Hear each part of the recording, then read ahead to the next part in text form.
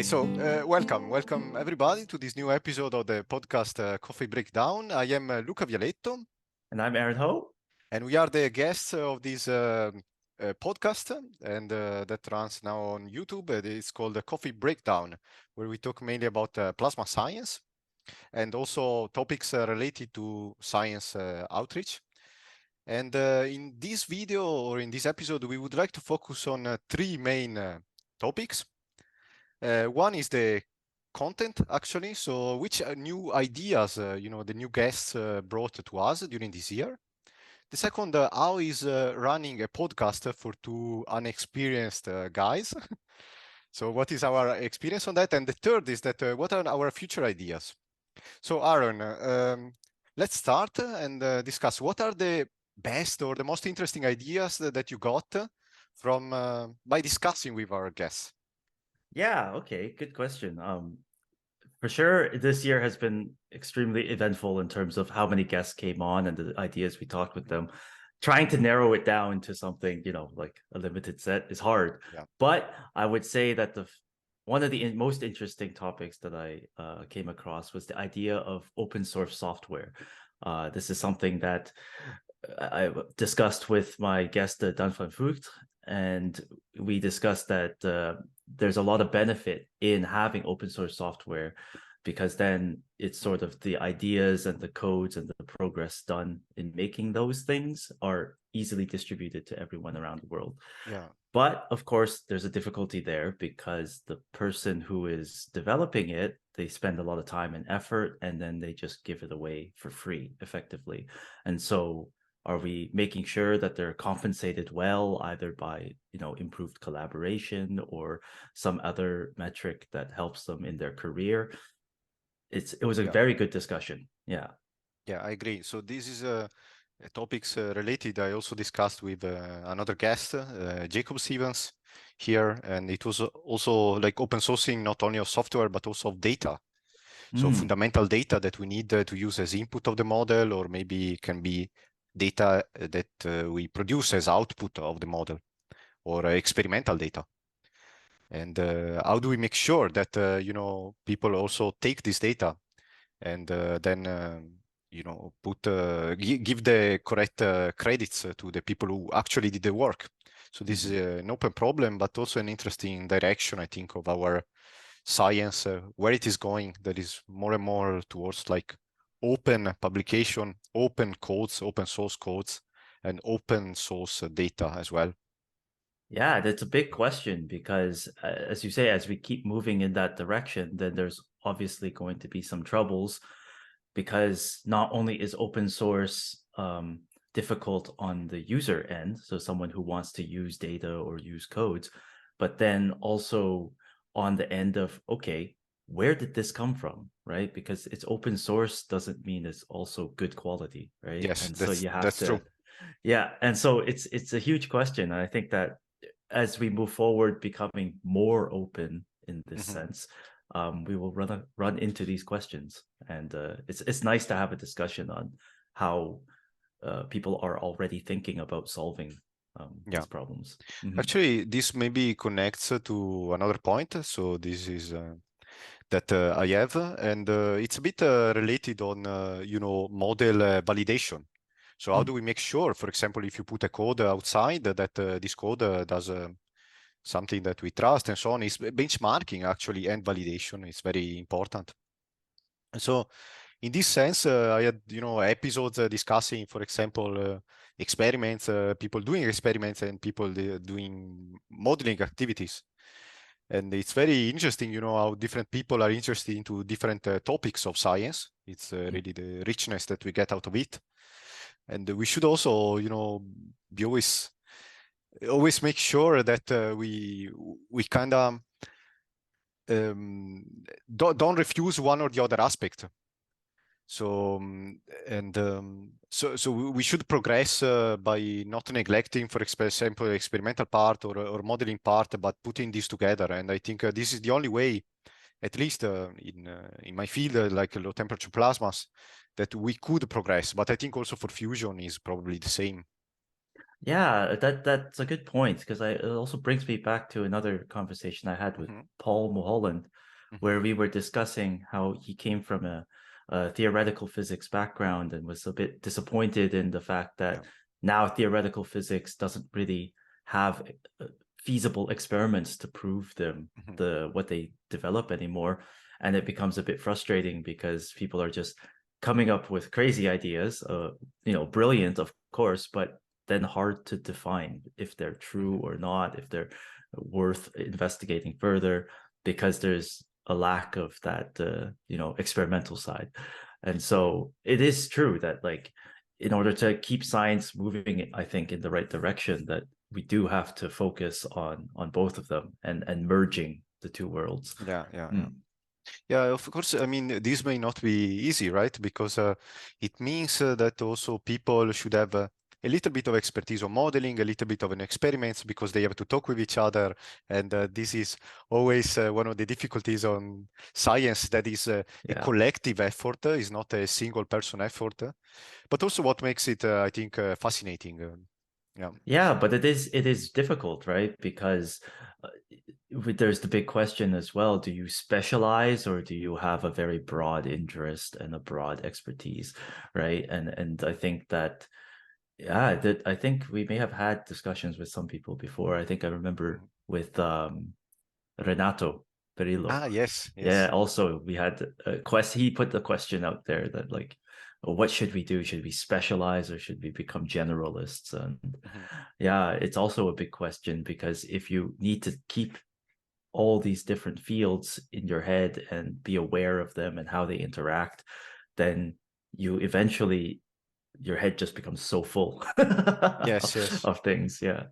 Yes, this is a very good point. Exactly. I think yeah, Renato Perillo is also like young researcher now, Mm, and I also I was interesting also to hear the opinion of a professor, actually already like full professor in Italy, Savino Longo, for mm, example, and we discussed about the interdisciplinarity. So yes, it's good to specialize, but also we need scientists that have a bit more horizontal vision that can connect the different fields.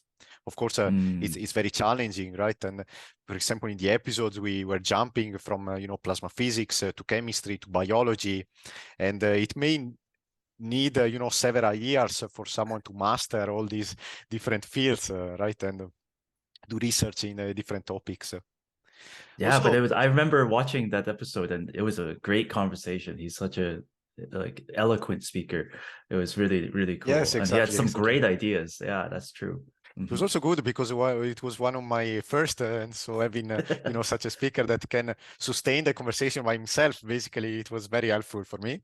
Mhm, But mhm, I think he gave me also important ideas that influenced a bit the way I was recording episodes. Later on, that for example, also to not be scared of treating details with the guests, of mm. discussing details about their research, about their work. So we don't have to do divulgation of science also for a general audience, but we can also target a specialized audience, for example, that they want to hear a specific detail. And I think there are not so many, in fact, as he was saying, there are not so many people doing that. And probably, if there is a small niche that is open on YouTube or so, that in these topics, that is something that we could partially fill. Yeah, that's true. I guess if is a demand for a certain type of knowledge, I know that there are at least feedback from my guests, Hmm. say Yeah. that there is a demand for people to explain, like, the detailed parts, because you get a lot of channels or a lot of media outreach that explains everything very generally using Hmm. basic words. And so we could do the same thing, but then we would just be one of the many people who are already doing that. That's all.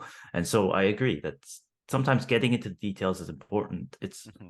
also why I aimed, or at least why I really wanted to have sort of the long format discussion, Yes. like the hour-long episodes. I know it's difficult for some people to listen to a full hour of a single topic, but sometimes you need that time Hmm. to really get into those details and you know get to the point where you've explained enough of the background that you can tackle those details in an appropriate way.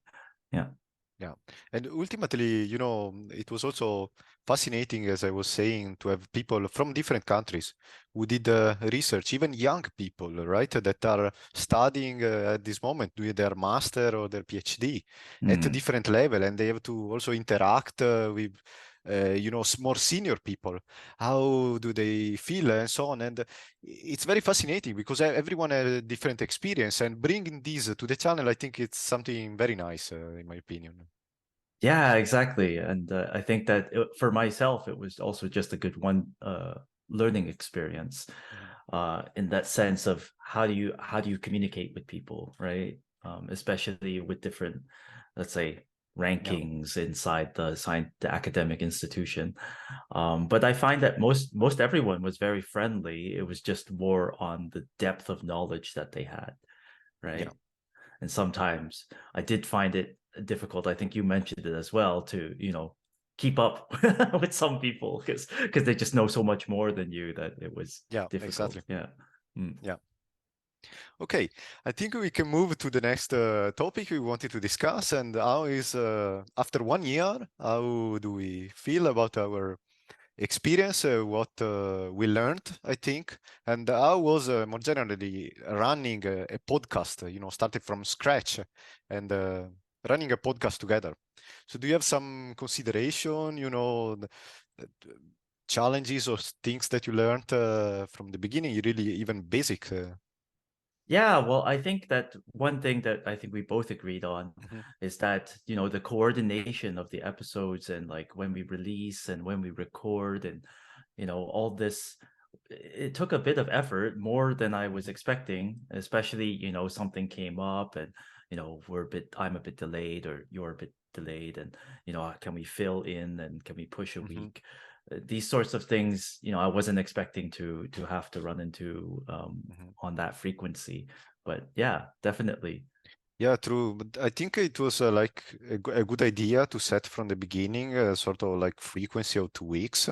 Mm. Although, sometimes, yeah, we may have had some challenges because of other things we had to do.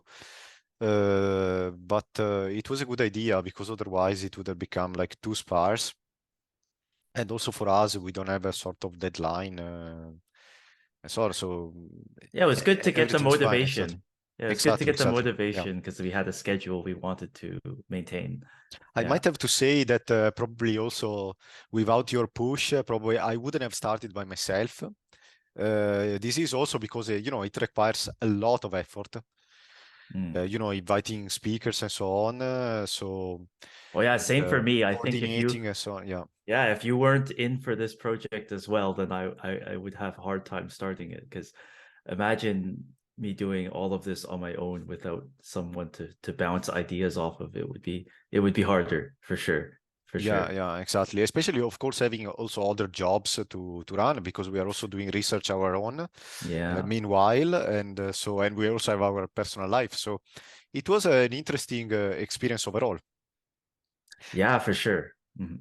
Yeah, and another topic I learned quite a bit is the kind of more technical setup, like cameras, audio, how to edit videos, and so on, how to open actually like YouTube under the hood, Hmm.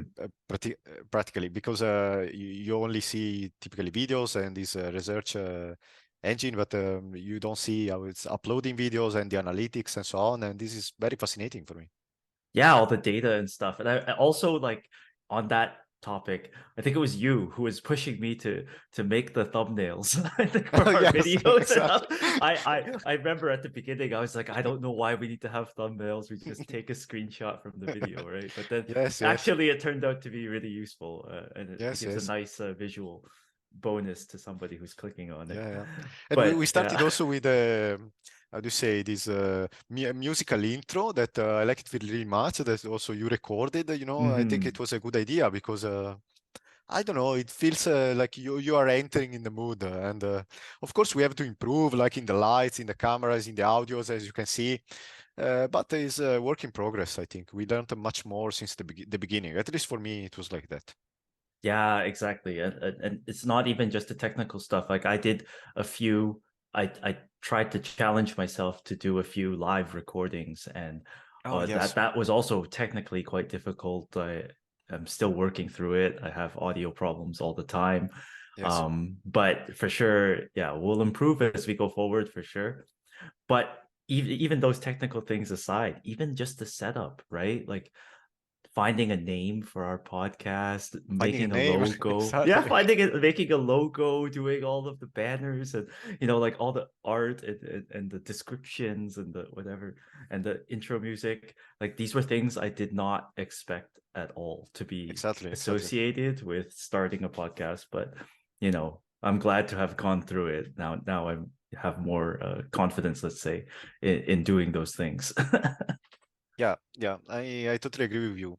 So, final point is that what do we want to do in the future? I mean, not like future life, but with this channel, and where do we want to go, basically?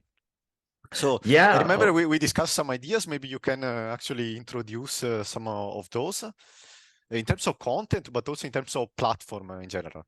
Yeah, so I think that this is a good time to say we're excited to announce that we're going to be moving, or not completely moving, but also expanding to Spotify. So those, I know, have had a lot of feedback from listeners that it would be very nice to have our podcasts on Spotify so that you can listen to them when you're biking, when you're exercising or cooking or whatever. And so that's we listen Yes, to that. We listen to that, and we're gonna go try and do it. So yes. hopefully by the new So year. exactly. I think, well, this doesn't mean that we'll not run YouTube anymore. I think we'll continue with YouTube, probably some, novelties. But for example, I'm a big user of YouTube, much more than Spotify. Me So too. I appreciate, but we start also to upload these episodes on Spotify, so many more people can listen, also when they are outside and so on. So this is one big news. And in terms of content, do you have some other things you would like to bring into the channel, or some ideas that may be interesting for next year? Yeah, that's a good question. I think so. As you and our listeners know, that my episodes tend to focus on the fusion aspect and the energy uh, industry, let's say. And so I did want to start branching forward into talking about the more political side of fusion, right? Being not only an energy technology in the future, but also being a technically nuclear technology. So what kind Yeah, of true. regulations are there? What Yeah, troubles are we going to have? Or what things do we have to consider? And so it would be nice to talk about that, because I mean, I think people are seeing it coming up, but from an academic point of view, it's not something that we ever really concern ourselves with, right? And will those considerations have an impact on how we do the science? This is also interesting for me. very interesting, I think. Yeah. And how about you? Do you have something to? Well, from my side, yeah, we have this sort of double soul in our channel. So I am the low temperature plasma guy, Mm, basically. And one thing is that, of course, our community is very much scattered into different applications. And one thing is that I want to bring other applications, for example. This can be, for example, thrusters or application to medicine, to agriculture, and so on. So it will be very interesting to do. One other thing is that I think although we treat different topics, we have things in common after all. mm. So, for example, the energy problems. So both of us have application. Well, fusion is intrinsically an application that is targeting energy problem, but also in low temperature plasma, there are different kinds of application that targets the same problem, maybe trying to find solution in different fields. And it would be nice to focus also a bit more on that in the future. So it could be one of the goal for next year as well. Yeah, Yeah, and I think it's important to mention that these are our, you know, our high level goals, but it doesn't mean we're going exactly. to stop with what we're currently already putting forward out there. I think it's just a matter of saying, okay, if we had a choice on who to bring in, then this is what I want to talk about. But we always love to talk about all sorts of things. So Okay, yeah, that's very good. So we said already that we moved to Spotify. So I think then we can actually proceed maybe with another announcement that. So by now, as you have seen, we are in two. We have like two hosts, and we would like maybe in the future also to extend the invitation to other people who are interested to make videos, make interviews, and so on. And so feel free to contact us if you are interested on this topic, and we are maybe are looking for other members that can Yeah. help us and also bring new ideas, new expertise, and also motivation to do this channel. And Yeah, even do if you yeah. have a different technical background or a different, field of specialization, as you see already between Luca and I, we're very, well, we have our different specializations, although there is a common thread. So it's not something that we are unable to accommodate. So don't be afraid to, send, if you're interested, just send us an email and yeah, we'll see. Exactly. Okay, and then I thank you very much, Aaron. It was a great experience, and as I said, for me it was nice also keeping in touch, because also we moved to different countries, starting a YouTube channel, having a lot of different guests. It was a lot of fun. It was a lot of work as well. Yes, of course, yes, but it was But it was yeah, very rewarding, let's say. Yeah. yeah, and I'm looking forward for next year and for the next episodes. Yes, Okay, me see you too. on YouTube or Spotify. Or it's whatever. And to everyone out there, happy holidays. Happy holidays.